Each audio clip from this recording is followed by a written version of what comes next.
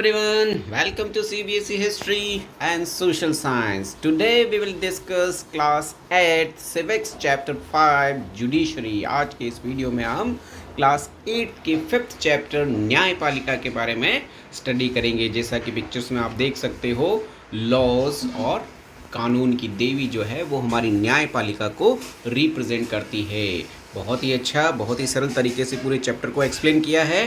So don't forget to like, comment, share and subscribe to my channel subscribe करना बिल्कुल मत भूलिएगा। Start करते हैं आज के इस वीडियो को। शुरुआत करते हैं सबसे पहले, what is the role of the judiciary. ठीक है, जुडिशरी सबसे पहले समझ लेते हैं। जुडिशरी मीन्स न्यायपालिका। न्यायपालिका का मतलब होता है सरकार का वह अंग जो लोगों को न्याय प्रदान करने का काम करता है। हम पहले ही पढ़ चुके हैं 7th क्लास में कि there are 3 organs of government. First one is legislative which makes laws. Legislative का मतलब होता है व्यवस्थापिका जो कानून बनाती है, यानी पार्लियामेंट। दूसरा होता है एग्जीक्यूटिव। एग्जीक्यूटिव जो होती है वो कानूनों को लागू करती है, और एग्जीक्यूटिव का मतलब होता है मिनिस्टर्स या ग्रुप ऑफ मिनिस्टर। जितने भी मंत्रिमंडल है, प्रधानमंत्री और उनके मंत्रियों को एग्जीक्यूटिव कहते हैं। और तीसरा पार्ट होता है कि पार्लियामेंट द्वारा बनाए गए कानून और एग्जीक्यूटिव द्वारा लागू किए गए कानून में अगर किसी को अन्याय होता है या कानूनों का सही ढंग से पालन नहीं होता है, तो ऐसे में जुडिशरी जो है वो जस्टिस की व्यवस्था करती है, न्याय की व्यवस्था करती है, न्याय प्रदान करती है। तो इस तरह से ये जो न्यायपालिका है, कोर्ट, सुप्रीम कोर्ट की व्यवस्था है, इसी को जुडिशरी कहा जाता है। जुडिशरी का मीनिंग कोर्ट और सुप्रीम कोर्ट से है। अब ये काम क्या करती है, what is the role of the judiciary. Judiciary के कार्य क्या है, तो there are 3 works of judiciary, first, second and the third.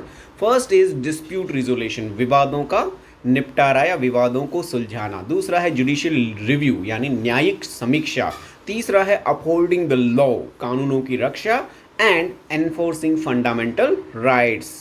ठीक है, मौलिक अधिकारों का क्रियान्वयन। तो दीज आर द 3 ड्यूटीज और रोल्स ऑफ द जुडिशरी। अब सबसे पहले बात करते हैं डिस्प्यूट रिजोल्यूशन की, कि डिस्प्यूट रिजोल्यूशन होता क्या है, विवादों का निपटारा कैसे करती है। तो the judicial system provides a mechanism for resolving disputes between citizens and the government, between 2 state governments and between the centre and state governments. तो हमारी ये जो न्यायपालिका है वो विभिन्न तरह के विवादों को सुलझाने की एक प्रक्रिया प्रदान करती है। कैसे विवाद सुलझाए जाते हैं, ये जुडिशरी उसकी व्यवस्था करती है। अब विवाद कौन कौन से होते हैं जिनको न्यायपालिका द्वारा सुलझाया जाता है, जुडिशरी जिनको रिजोल्व करती है। तो सबसे पहले टाइप के विवाद होते हैं एक सिटीजन से दूसरे सिटीजन के, यानी भारत के किसी एक व्यक्ति के दूसरे व्यक्ति के साथ जो भी विवाद है, पर्सनल जो भी डिस्प्यूट्स हैं, जब वो कोर्ट में जाता है तो कोर्ट उनको सुलझाने की व्यवस्था करती है। तो पहले टाइप के विवाद हैं सिटीजन टू सिटीजन। दूसरे होते हैं सिटीजन अगेंस्ट गवर्नमेंट। ठीक है, सरकारी संस्था या सरकार के किसी ऑर्गेनाइजेशन द्वारा किसी व्यक्ति के अधिकारों का हनन होता है, या उसको जो है उसके राइट्स नहीं मिलते हैं, उसको सुविधा प्रदान नहीं होती है और उसके साथ डिस्क्रिमिनेशन होता है, तो ऐसे में व्यक्ति सरकार के खिलाफ भी केस कर सकता है, चाहे वो स्टेट गवर्नमेंट हो या सेंट्रल गवर्नमेंट। और इस तरह के मामले को जो है सिटीजन वर्सेस गवर्नमेंट कहा जाता है। ठीक है, तीसरे टाइप के जो होते हैं एक स्टेट गवर्नमेंट के दूसरे गवर्नमेंट के साथ विवाद या डिस्प्यूट्स, जैसे कि नदियों के पानी के बंटवारे का विवाद होता है।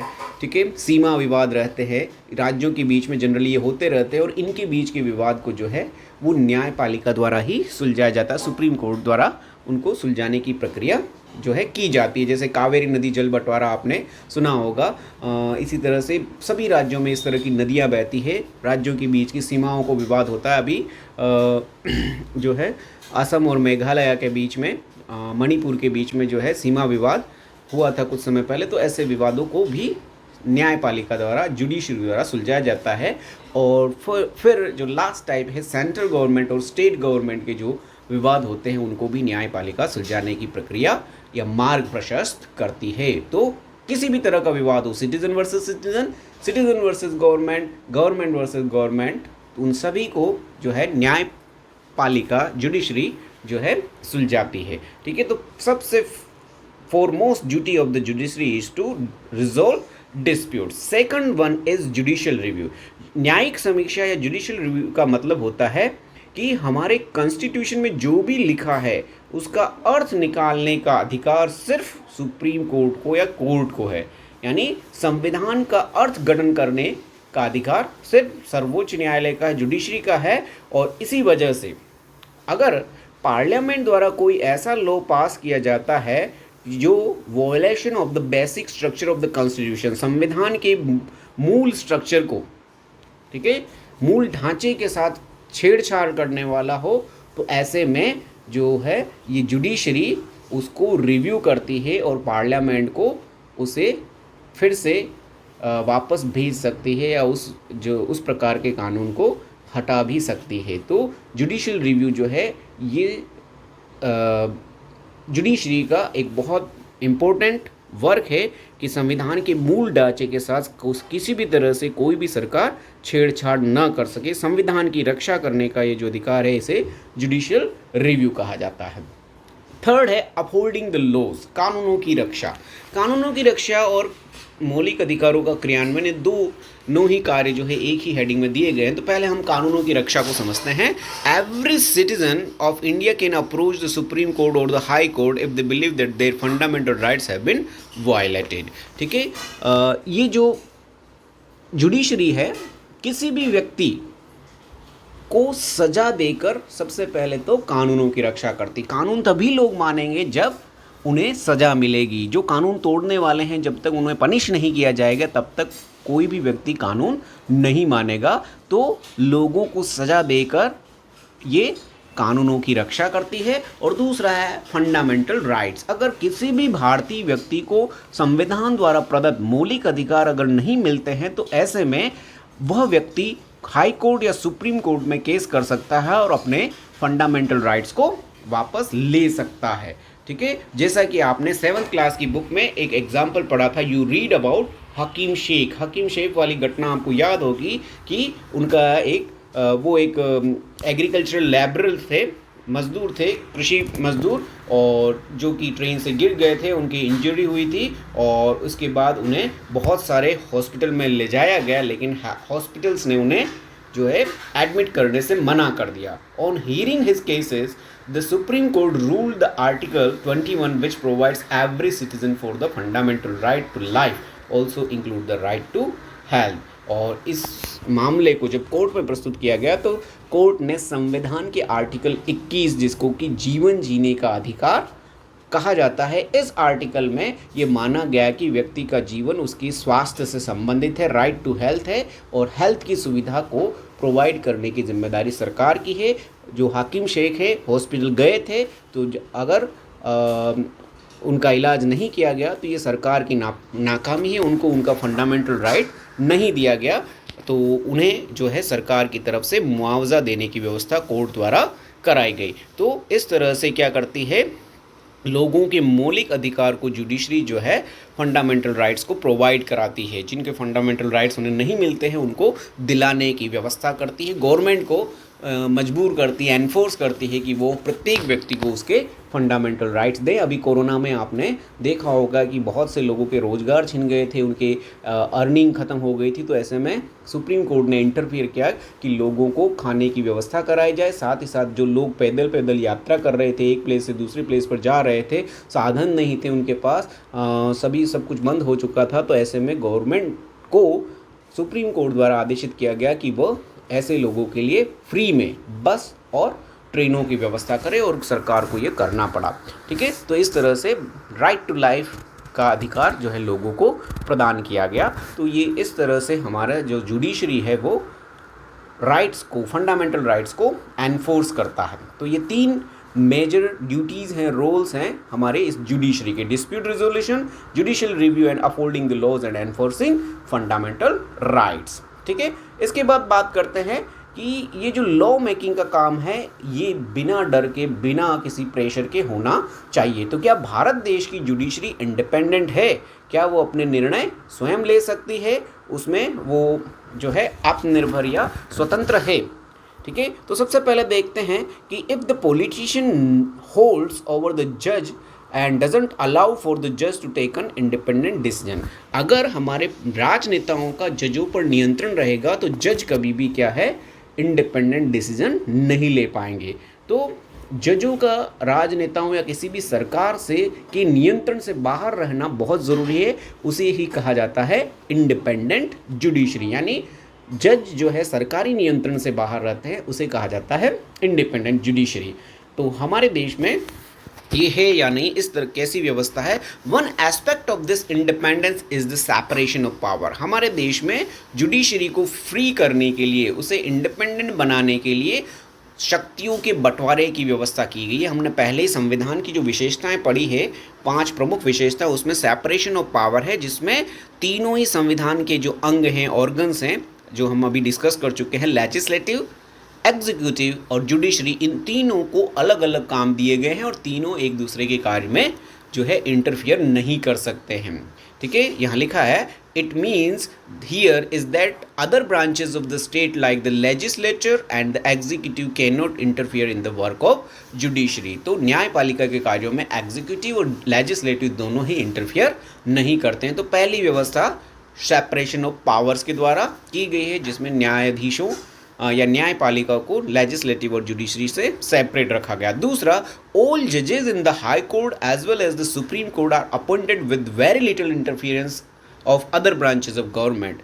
Once appointed to this office, it is also very difficult to remove a judge. तो separation of power तो जुडिशरी को प्रदान किया ही गया है। इसके साथ ही साथ एक बार अगर जज नियुक्त हो जाता है तो उसे कोई रिमूव नहीं कर सकता। इट वॉज वेरी डिफ़िकल्ट, ये बहुत मुश्किल होता है जज को हटाना। एक बार जज अपॉइंट हो जाने के बाद उसे हटाया नहीं जा सकता। तो इस तरह जज के पास एक पूरी पावर रहती है कि वो जो है कोई भी निर्णय जो है स्वतंत्रता से कर सकता है। अगर जज को ये डर रहे कि उसे कोई भी कभी भी हटा सकता है तो वो स्वतंत्रता से निर्णय नहीं ले पाएगा। तो उसके स्वतंत्र रूप से निर्णय लेने के लिए ये व्यवस्था की गई है कि जजों को एक बार अपॉइंट होने के बाद हटाया नहीं जा सकता। फिर इसके बाद नेक्स्ट है, it is the independence of the judiciary that allows the court to play a central role in ensuring that there is no misuse of power by the legislature and the executive. ठीक है, जज जब independent होंगे और वो स्वतंत्र रूप से कार्य कर पाएंगे तभी जो है ये हो पाएगा कि लेजिस्लेचर और एग्जीक्यूटिव के जो पावरफुल मेंबर्स हैं, एमपीज़ और जो मिनिस्टर्स होते हैं, वो अपनी शक्तियों का गलत रूप से उपयोग नहीं कर पाएंगे, क्योंकि उन्हें डर रहेगा कि न्यायपालिका द्वारा उन पर कार्रवाई की जा सकती है। तो ऐसे में वो अपनी शक्तियों का मिसयूज़ नहीं करेंगे। तो जुडिशरी का इंडिपेंडेंट होना बहुत बहुत ज़रूरी है। It plays a crucial role in protecting the fundamental rights of citizen, और प्रत्येक व्यक्ति को उसके मौलिक अधिकारों को दिलाने में न्यायपालिका का स्वतंत्र होना बड़ा महत्वपूर्ण है, बहुत महत्वपूर्ण भूमिका निभाता है। इसलिए न्यायपालिका जो है किसी भी तरह के राजनेताओं के राजनीतिक हस्तक्षेप से स्वतंत्र होनी चाहिए। और यहाँ हम जानते पढ़ते हैं कि जितने भी कोर्ट के जजेस रहते हैं उनके रिक्रूटमेंट की प्रोसेस में गवर्नमेंट का इंटरफेयर बहुत कम रहता है। साथ ही साथ उनके ट्रांसफ़र, उनके प्रमोशन को भी रोका नहीं जा सकता, या गवर्नमेंट जो है उनके ट्रांसफ़र नहीं कर सकती है। ठीक है, न्यायपालिका ही उनके जो है ट्रांसफ़र की व्यवस्था देखती है। तो न्यायपालिका के कार्यों में सरकार और जो लेजिस्लेचर है उसका बहुत बहुत कम इंटरफेरेंस होता है, और इसी वजह से जो है जुडिशरी हमारी बहुत अच्छे से कार्य कर सकती है, और ये करना भी बहुत ज़रूरी है ताकि प्रत्येक व्यक्ति को न्याय मिल सके। इसके बाद बात करते हैं हमारे देश में न्यायपालिका का स्ट्रक्चर कैसा है, किस तरह का संगठन है। तो there are 3 levels of courts in India. भारत में न्यायपालिका के 3 स्तर हैं। सबसे नीचे के स्तर पर जो है वो है सबऑर्डिनेट और डिस्ट्रिक्ट कोर्ट्स। उसके बाद दूसरा स्तर है हाई कोर्ट, उच्च न्यायालय, और तीसरा है सर्वोच्च न्यायालय या सुप्रीम कोर्ट। ठीक है, तो there are 3 levels of courts in India. ठीक है, यहाँ देख सकते हैं डिस्ट्रिक्ट कोर्ट सबसे नीचे लेवल पर है, फिर मध्यम स्तर पर हाई कोर्ट है, और सबसे उच्च स्तर पर जो है सर्वोच्च न्यायालय होता है। ठीक है, अब एक एक करके तीनों के बारे में हम देख लेते हैं। The courts that most people interact with are what are called subordinate और डिस्ट्रिक्ट कोर्ट। सबसे ज़्यादा लोग जिन कोर्ट्स का यूज़ करते हैं या जिनके टच में रहते हैं उन्हें डिस्ट्रिक्ट कोर्ट या सबऑर्डिनेट कोर्ट्स कहा जाता है। सबऑर्डिनेट कोर्ट्स जो है तालुकाज या ब्लॉक्स में होते हैं, डिस्ट्रिक्ट कोर्ट हर डिस्ट्रिक्ट में होते हैं। These are usually at the district और तहसील लेवल और in towns and they hear many kinds of cases.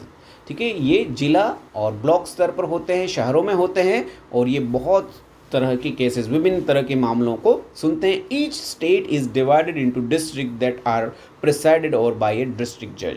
हर राज्य जो भारत का है उसे जिलों में बांटा गया है और हर जिले का जो है एक डिस्ट्रिक्ट जज, मुख्य जज होता है जिसे डिस्ट्रिक्ट जज कहा जाता है।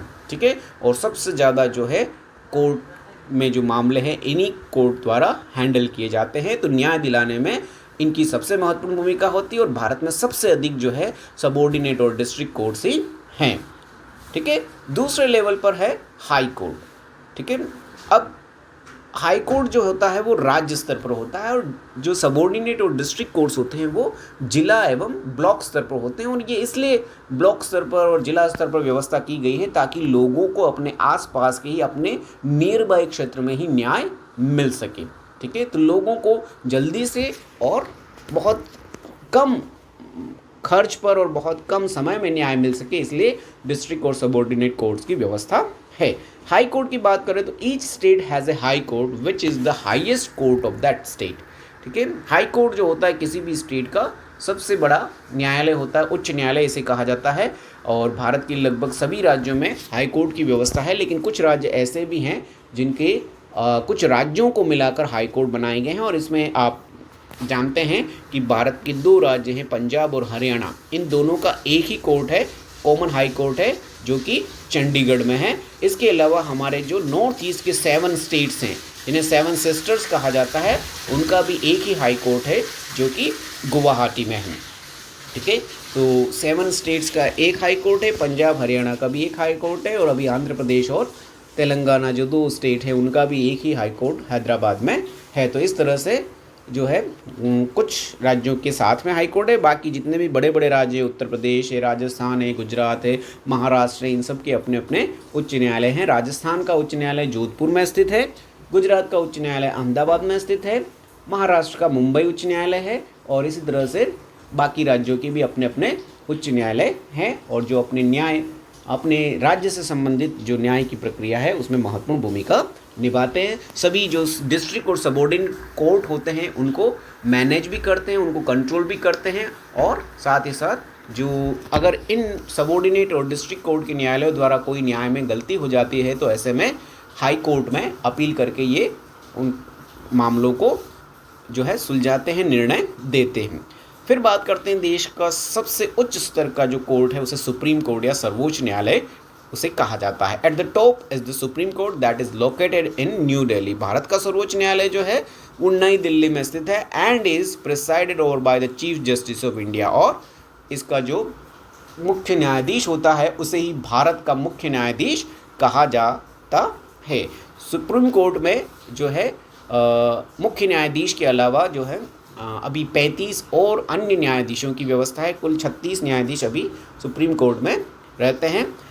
The decision made by the supreme court are binding on all other courts in India. Supreme court द्वारा लिया गया निर्णय जो है भारत के सभी न्यायालयों पर लागू होता है। एक बार जो सुप्रीम कोर्ट ने डिसीजन ले लिया उसके आधार पर जो है बाकी न्यायालय भी अपना निर्णय दे सकते हैं और सुप्रीम कोर्ट के लिए गए निर्णय को अन्य कोई कोर्ट बदल नहीं सकता।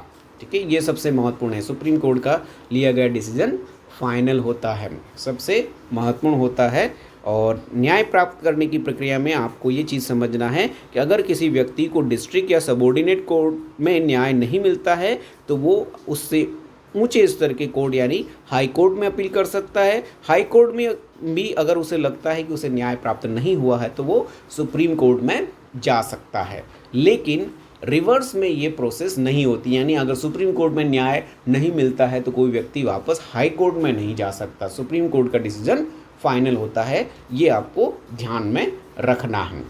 ठीक है, तो ये है हमारे देश में कोर्ट का स्ट्रक्चर। 3 लेयर्स है कोर्ट के, subordinate, district court, high court and supreme court. अब हम बात करते हैं सुप्रीम कोर्ट के चीफ जस्टिस कौन हैं।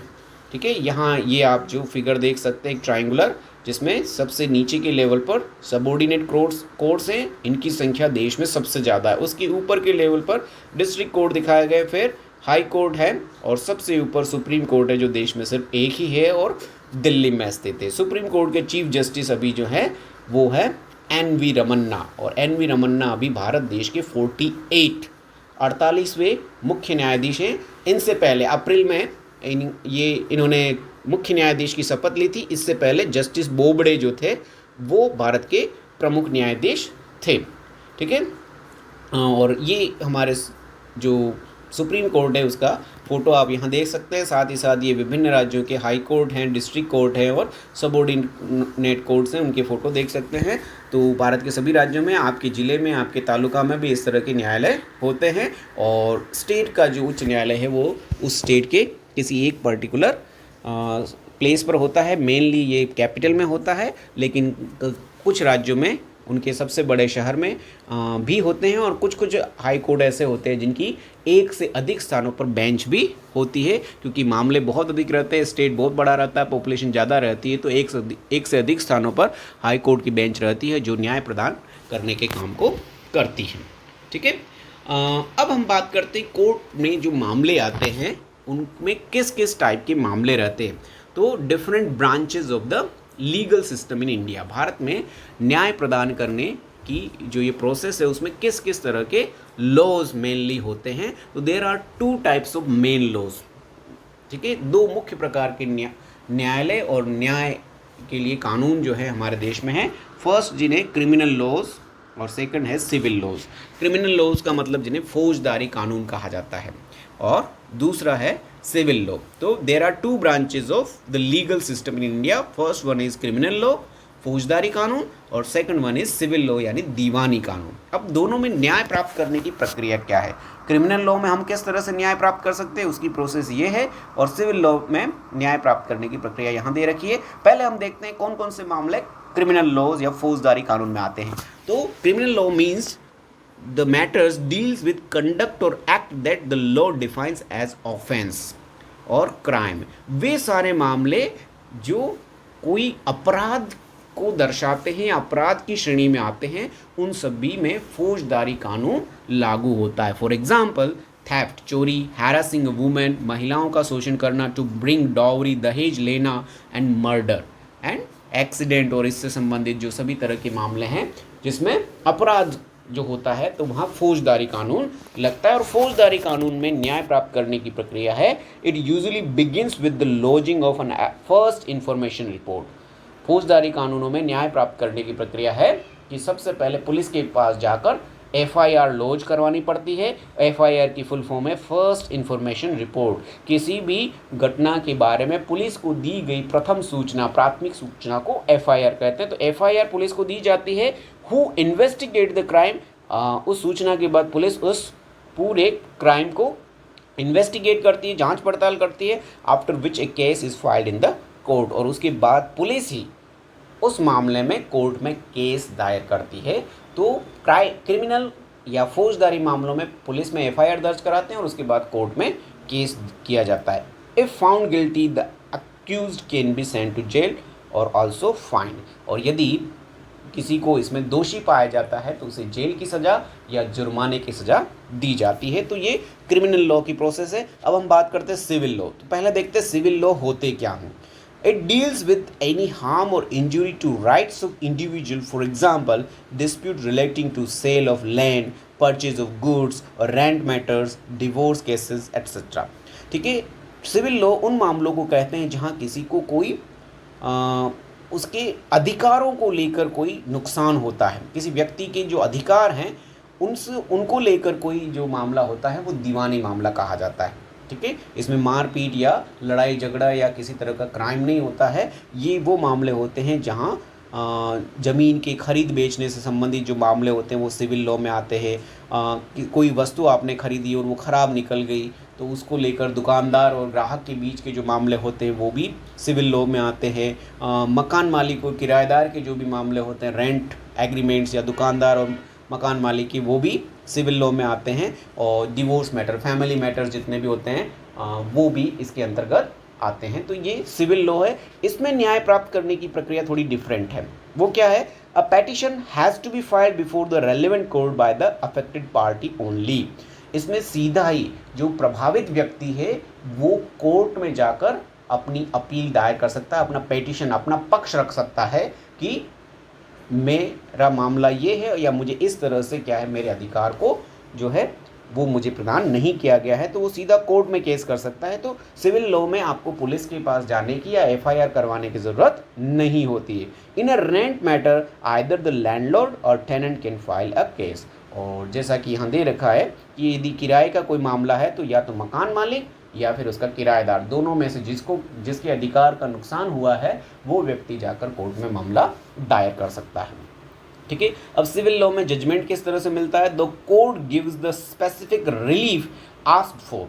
और कोर्ट क्या करता है? दोनों पक्षों को सुनने के बाद उस व्यक्ति को जिसका नुकसान हुआ है उसको जो है रिलीफ प्रदान करता है। रिलीफ प्रदान करने का मतलब उसके जो भी नुकसान हुआ है उसका मुआवजा प्रदान करता है। For instance, in a case between a landlord and a tenant the court can order the flat to be vacated and pending rent to be paid. जैसे मकान मालिक किराएदार का कोई मामला है और किराएदार उस मकान को खाली नहीं कर रहा और किराया भी नहीं दे रहा है, तो ऐसे में कोर्ट जो है मकान मालिक को इस तरह से रिलीफ दे सकती है कि वो किराएदार से मकान खाली करवा सकती है और साथ ही जितने महीनों का किराया बाकी है वो देने की व्यवस्था भी करवा देती है। तो इस तरह से जो है सिविल लॉ या सिविल कोर्ट्स में मामले सुलझाए जाते हैं। ठीक है, तो फौजदारी में पुलिस के पास एफआईआर जाकर जो है कोर्ट में मामले सुलझाए जाते हैं जिसमें सजा या जुर्माना होता है, जबकि सिविल लॉ में डायरेक्ट कोर्ट में जा सकते हैं और न्याय में जो है मुआवजा जो है एक तरह से प्रदान किया जाता है। और जो है इस तरह से ये न्याय की डिफरेंट ब्रांचेस है, दोनों ही आपको याद रखनी है। फिर इसके बाद सबसे महत्वपूर्ण चीज़ कि भारत में न्यायपालिका है और ये स्वतंत्रता से कार्य करती है। देश की आज़ादी के साथ ही संविधान लागू हुआ था, तब से ये कार्य कर रही है। लेकिन क्या आज़ादी के इन 70 वर्षों बाद भी भारत के सभी नागरिक कोर्ट में जाते हैं या जा सकते हैं या जाने की सोचते हैं? इसे कहते हैं एक्सेस टू कोर्ट। ठीक है, तो the courts are available for all. Court सभी के लिए हैं और हमेशा खुले रहते हैं। But in reality access to court has always been difficult for a vast majority of the poor in India. लेकिन कोर्ट में जाना और न्याय प्राप्त करना हमारे देश की एक बहुत बड़ी जनसंख्या के लिए अभी भी बहुत मुश्किल काम है, टेढ़ी खीर है। और वो जो वर्ग है जो ये न्याय प्राप्त नहीं कर पा रहा वो है गरीब वर्ग, poor section of the society. Legal procedures involves a lot of money. हमारे देश में न्याय की जो प्रक्रिया है उसकी न्यायिक गतिविधियों में बहुत अधिक पैसे की आवश्यकता रहती है एंड पेपर वर्क, और उसमें बहुत अधिक कानूनी दांव-पेच और जो है प्रक्रियाएं रहती है, तो पेपर वर्क बहुत होता है। As well as take up a lot of time, और साथ ही साथ उसमें समय भी बहुत अधिक लगता है। और गरीब आदमी के पास न तो पैसा होता है, न ही वो इतना अधिक पढ़ा लिखा होता है कि कानूनी दाव पेंच को समझ सके, और न ही उसके पास इतना समय होता है कि वो कोर्ट में जाकर उसकी हियरिंग में या जो भी तारीखें रहती है उस पर वो उपस्थित हो सके। तो इन तीनों कारणों की वजह से, गरीबी की वजह से, समय न होने की वजह से और कानूनों के बारे में ज़्यादा जानकारी न होने की वजह से बहुत सारा गरीब वर्ग जो हमारे देश का है वो न्यायालय में जाता ही नहीं है, न्याय प्राप्त करने की कोशिश ही नहीं करता है। For a poor person who cannot read and whose family depends on a daily wage, the idea of going to court to get justice often seems remote. तो ऐसा व्यक्ति जो अनपढ़ है या ऐसा व्यक्ति जो दैनिक मजदूरी पर अपने जीवन चलाता है, अपने परिवार के खर्चे चलाता है, उसके लिए कोर्ट जाना और न्याय प्राप्त करना बहुत बहुत मुश्किल काम है। ठीक है, यहाँ हम कुछ और चीज़ें भी देख सकते हैं कि भारत के जो न्यायालय हैं, कोर्ट्स हैं, उनमें बहुत सारी सुविधाएं भी नहीं है। कोर्ट जाना तो मुश्किल है ही, साथ ही साथ सुविधाओं की भी बहुत कमी है। 73% courts do not have access ramps and lifts नहीं है उनमें। 89% में वॉशरूम नहीं होते हैं। 98% कोर्ट्स जो है उसमें विजुअल एड के फीचर्स नहीं है। 89% of court do not have working baggage scan. ठीक है, सेफ्टी के लिए बैगेज स्कैन की फैसिलिटी भी वहाँ नहीं होती। 29% of courts without fire extinguisher होते हैं। 52% of courts have no emergency exit signs with them. यानी कोर्ट जाना तो मुश्किल है ही, इसके अलावा कोर्ट्स में फैसिलिटीज़ भी नहीं रहती है, और साथ ही साथ सेफ्टी का भी बहुत बड़ा कंसर्न इन कोर्ट्स में है। यहाँ एक पिक्चर आप देख सकते हैं जहाँ पर स्कूली बच्चे जो है एक साथ बैठकर खाना खा रहे हैं। ये मिड डे मील का जो कंसेप्ट है उसका फ़ोटो है। और ये मिड डे मील भारतीय सरकारी स्कूलों में क्यों प्रारंभ किया गया, किस लिए प्रारंभ किया गया, इसमें न्यायपालिका या जुडिशरी की बहुत बड़ी भूमिका थी और वो किस तरह से हुआ, तो उसको हम देखते हैं।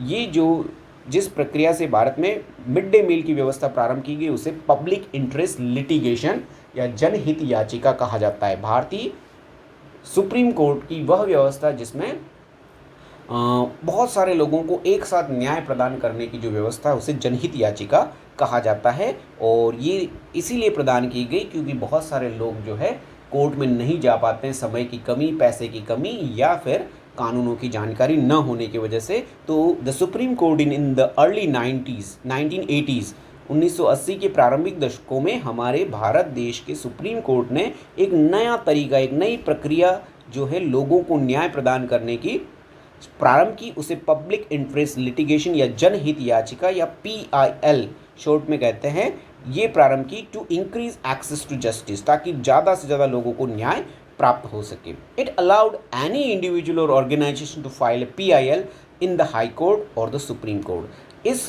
PIL के अंतर्गत भारत का कोई भी व्यक्ति या संस्था जो है कोर्ट में या हाई कोर्ट में जनहित याचिका दायर कर सकती है, सुप्रीम कोर्ट में दायर कर सकती है on behalf of those whose rights were being violated, उन लोगों के पक्ष में जिन लोगों के अधिकारों का हनन हो रहा है या जिन लोगों को अधिकार नहीं मिल रहे हैं। अगर वो कोर्ट में नहीं भी जा सकते हैं तो ऐसे में कोई दूसरा अन्य व्यक्ति भी हाई कोर्ट या सुप्रीम कोर्ट में PIL करके केस दर्ज कर सकता है। The legal process was greatly simplified, और इस PIL में जो न्याय प्रक्रिया को बहुत सरल सिंपल किया गया है। एंड इवन ए लेटर और telegram address to the supreme Court और High Court could be treated as a PIL, और यहाँ तक कि इसमें एक लेटर या टेलीग्राम जो सुप्रीम कोर्ट या हाई कोर्ट को भेजा जाता है उसे भी एक PIL की तरह माना जाता है, जनहित याचिका माना जाता है। और ऐसे में उस लेटर के बेस पर सुप्रीम कोर्ट न्याय प्रदान करता है। और जो पिक्चर अभी आपने मिड डे मील का देखा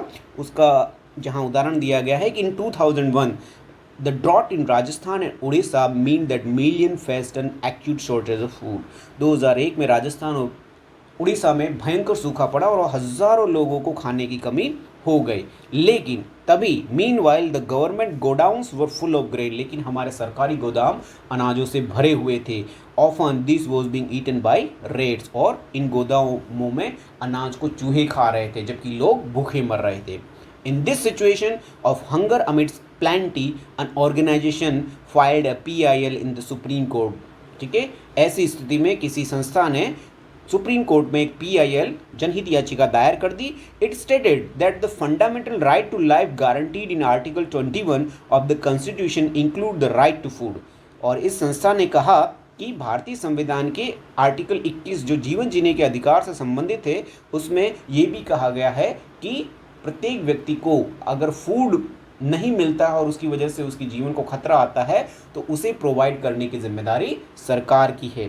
the state excuse that it didn't have adequate funds. ठीक है, सरकार ने यह कहकर पल्ला झाड़ने की कोशिश की कि उनके पास इन भूखे लोगों या अकाल पीड़ित लोगों के लिए पर्याप्त पैसे नहीं है, खजाने में इतने पैसे नहीं कि वो सभी लोगों को खाना खिला सके। तो ये जो दावा है सरकार का वो गलत पाया गया because the godowns were overflowing with grains, क्योंकि सरकारी गोदाम जो हैं वो अनाजों से भरे पड़े थे। The supreme court ruled that the state had a duty to provide food to all, और सुप्रीम कोर्ट ने यह सरकार को निर्देश दिया ये सरकार की कर्तव्य है कि वो लोगों को खाना प्रोवाइड कराए, किसी को भूखे न मरने दे, ये सरकार की जिम्मेदारी है, ऐसा सुप्रीम कोर्ट द्वारा इस जनहित याचिका में कहा गया। और इसी की वजह से therefore directed the government to provide more employment, to provide food at cheaper prices through the government ration shops and to provide midday meals to children। और इसी की वजह से हमारे देश में लोगों को ज़्यादा रोजगार प्रदान करने के लिए विभिन्न तरह की योजनाएं प्रारंभ की गई ताकि लोग अपना भोजन जुटा सके। साथ ही साथ जो राशन की दुकानें हैं वहाँ पर सस्ती रेट में उन्हें भोजन उपलब्ध कराया जा सकता है, और साथ ही साथ स्कूलों में बच्चों को मिड डे मील की व्यवस्था भी प्रदान की गई। तो ये PIL का कमाल था जिसकी वजह से जो है इतने सारे गरीब बच्चों को, गरीब लोगों को न्याय प्रदान मिला, उन्हें भोजन मिला। इसी तरह की बहुत सारी व्यवस्थाएं, बहुत सारी जनहित याचिकाएं दायर की जाती है। बुक में जो एक बॉम्बे हाई कोर्ट में एक PIL दायर की गई थी कि जो मुंबई म्यूनसिपैलिटी है वो कच्ची बस्तियों को तोड़ रही थी, तो ऐसे में जनहित याचिका दायर की गई कि जब तक इन गरीब लोगों को दूसरे आवास नहीं मिल जाते तब तक कच्ची बस्ती को सरकार नहीं तोड़ सकती है, और इसी वजह से मुंबई में बहुत सारे लोगों के घर निवास बच गए। ठीक है, तो लोगों को घर प्रदान करना, अगर उनके पास घर नहीं है और वो किसी घर में रह रहे हैं तो सरकार उन घरों को नहीं तोड़ सकती है, तो ये भी जीवन जीने के अधिकार के अंतर्गत आता है। तो ऐसे बहुत सारे मामले होते हैं जिसमें जनहित याचिका के माध्यम से उन लाखों करोड़ों गरीब लोगों को न्याय प्रदान कराया जा सकता है, जो कोर्ट में जाने के लिए जिनका पास समय नहीं है, पैसा नहीं है, या फिर उन्हें कानूनों की जानकारी नहीं है। तो इस तरह से भारतीय सुप्रीम कोर्ट लोगों को न्याय प्रदान करने की व्यवस्था कर रहा है, अनपढ़ गरीब लोगों को भी न्याय प्रदान कराता है। लेकिन एक और महत्वपूर्ण विषय है जिसकी वजह से न्याय प्रदान करना बहुत मुश्किल काम हो जाता है, and that affects the common person's access to justice is the inordinately long number of years that courts takes to hear a case। एक बहुत बड़ा चिंता का विषय इसमें यह भी है कि भारत में न्याय प्रदान करने का काम आसान नहीं है, न्याय प्राप्त करने में बहुत लंबा समय लगता है, और इस वजह से बहुत सारे लोग कोर्ट जाते ही नहीं हैं। और यहाँ पर हम इन ग्राफ्स में देख सकते हैं कि भारत में जो है कोर्ट में हज़ारों मामले बहुत वर्षों से अटके पड़े हैं। 2014 में जो है 89,164 नए केसेस आए थे, और 92 जो है उनको कोर्ट ने निपटाया। फिर भी 62,000 केस जो है उस ईयर में बचे रह गए जिनको निपटाया नहीं जा सका। फिर 2015 में कोर्ट ने बहुत मेहनत के बाद बहुत सारे मामले निपटाए, फिर भी 59,000 केसेस बचे रहे, और 2017 में भी 55 के आसपास जो है केसेस बचे रहते हैं। यानी कोर्ट में पेंडिंग केसेस हमेशा बचे रहते हैं, और उसका एक बड़ा रीज़न जो है यहाँ नेक्स्ट में आप देख सकते हैं कि there are 6,000 vacancies in courts in India. भारत में न्यायाधीशों के 6,000 से अधिक पद खाली हैं, जजों की इतनी कमी है, और जज नहीं होंगे तो न्याय कौन करेगा, और न्याय नहीं होगा तो फिर ये ऑब्वियस है कि न्याय मिलने में देरी होगी। यहाँ पर आप स्टेट वाइज देख सकते हैं कि भारत के बिहार राज्य में 1826 सैंक्शन स्ट्रेंथ है जजों की, लेकिन 825 वैकेंसी यानी 45% जज कम है वहाँ पर। यूपी में 42% के आसपास जजों की कमी है, दिल्ली में 40% कम है, MP में 37% कम है, तमिलनाडु में 27%, गुजरात में 26%, कर्नाटका में 25%। इस तरह से भारत के सभी राज्यों में जजों की बहुत कमी। मेघालय में 60% जज नहीं है। तो जब जज ही नहीं होंगे तो फिर न्याय में देरी तो होगी ही। तो ये सरकार की जिम्मेदारी है कि भारतीय न्यायालयों में जजों की पूरी व्यवस्था करे, और जज अगर पूरी संख्या में होंगे तो न्याय में देरी नहीं होगी, और न्याय में देरी नहीं होगी तो लोगों का न्याय पर से या सुप्रीम कोर्ट से या जज ये जो न्यायिक व्यवस्था है उस पर से विश्वास नहीं उठेगा। ठीक है, तो न्याय प्रदान करने के लिए जजों की पूरी संख्या होना भी एक बहुत महत्वपूर्ण चिंता का विषय है, और पिछले कुछ वर्षों में जजों की संख्या बढ़ी है और उसको और बढ़ाने की ज़रूरत है। इसी के साथ न्यायपालिका से संबंधित आज का हमारा ये चैप्टर पूरा होता है। आशा है आपको पसंद आया होगा, आपको समझ में आया होगा। Thank you for watching my video. Don't forget to like, comment, share and subscribe to my channel subscribe करना बिल्कुल मत भूलिएगा। Have a nice day, goodbye. Next video में हम अगले चैप्टर के साथ प्रस्तुत होंगे। तब तक के लिए गुड बाय।